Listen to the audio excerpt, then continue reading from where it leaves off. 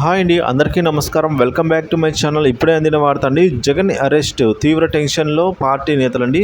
So Jagan అరెస్టుకు అంతా సిద్ధమే అని అయితే చెప్తున్నారు. మాజీ సీఎం జగన్తో పాటు సీనియర్ పోలీసు అధికారిపై కూడా కేసు అయితే నమోదైందండి. గతంలో సిఐడి డీజీపీగా పనిచేసిన సునీల్ కుమార్ పైన రఘురామరాజు గారు అయితే ఫిర్యాదు చేశారండి. ఈ మేరకు గుంటూరు నగరపాలెం పోలీసులు కేసు నమోదు చేశారు. రఘురామరాజు వైసీపీ ఎంపీగా ఉన్న సమయంలో నాడు సిఐడి కేసు నమోదు అయింది. ఆ సమయంలో సిఐడి అధికారులు తనను కొట్టడంతో పాటుగా హత్యాయత్నానికి కూడా పాల్పడ్డారంటూ రఘురామ ఫిర్యాదు చేశారు. ఇదంతా నాటి సీఎంగా ఉన్న జగన్ చేయించారంటూ తన ఫిర్యాదులో రఘురామ పేర్కొన్నారు. సునీల్ కుమార్ గతంలో సిఐడి డీజీగా అయితే పనిచేశారు. గుంటూరులో కస్టడీకి తీసుకున్న సమయంలో హత్యాయత్నం కూడా చేశారని రఘురామ ఫిర్యాదు చేశారు.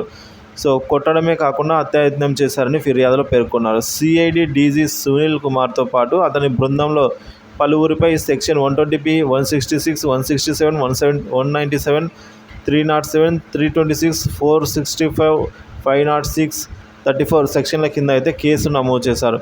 తనను అక్రమంగా అరెస్టు చేసి వేధించారని, 5 ఆగంతకులతో దారుణంగా హింసించి వీడియోలు తీసి అప్పటి సీఎం జగన్మోహన్ రెడ్డికి పంపించారని రఘురామ తెలిపారు.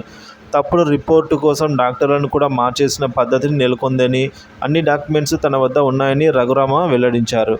సో ఈ విధంగా అప్పట్లోనే రఘురామ చేసిన ఆరోపణలు రాజకీయంగా సంచలనంగా మారినా కూడా న్యాయస్థానంలో కూడా రఘురామ ఇదే అంశాన్ని ప్రస్తావించారు. కానీ అప్పుడు ప్రభుత్వం అయితే వైసీపీ ప్రభుత్వం కనుక ఇవన్నీ కూడా ఏం చెల్లలేదు. కాబట్టి ఈ కేసు విచారణలో ఇప్పుడు మళ్ళీ వెలుగులోకి అయితే వచ్చే అవకాశం ఉందండి. ఎందుకంటే ఇప్పుడు రఘురామ ఇప్పుడు టీడీపీకి సంబంధించిన అధికార పార్టీ కాబట్టి సో ఇప్పుడు మళ్ళీ కేసులన్నీ కూడా పాత కేసులన్నీ కూడా బయటికి తీసే అవకాశంలో ఉంది ఫ్రెండ్స్. సో ఈ మేరకు జగన్ మీద మరియు సీనియర్ పోలీసు అధికారి పైన కూడా కేసు అయితే నమోదైంది ఫ్రెండ్స్.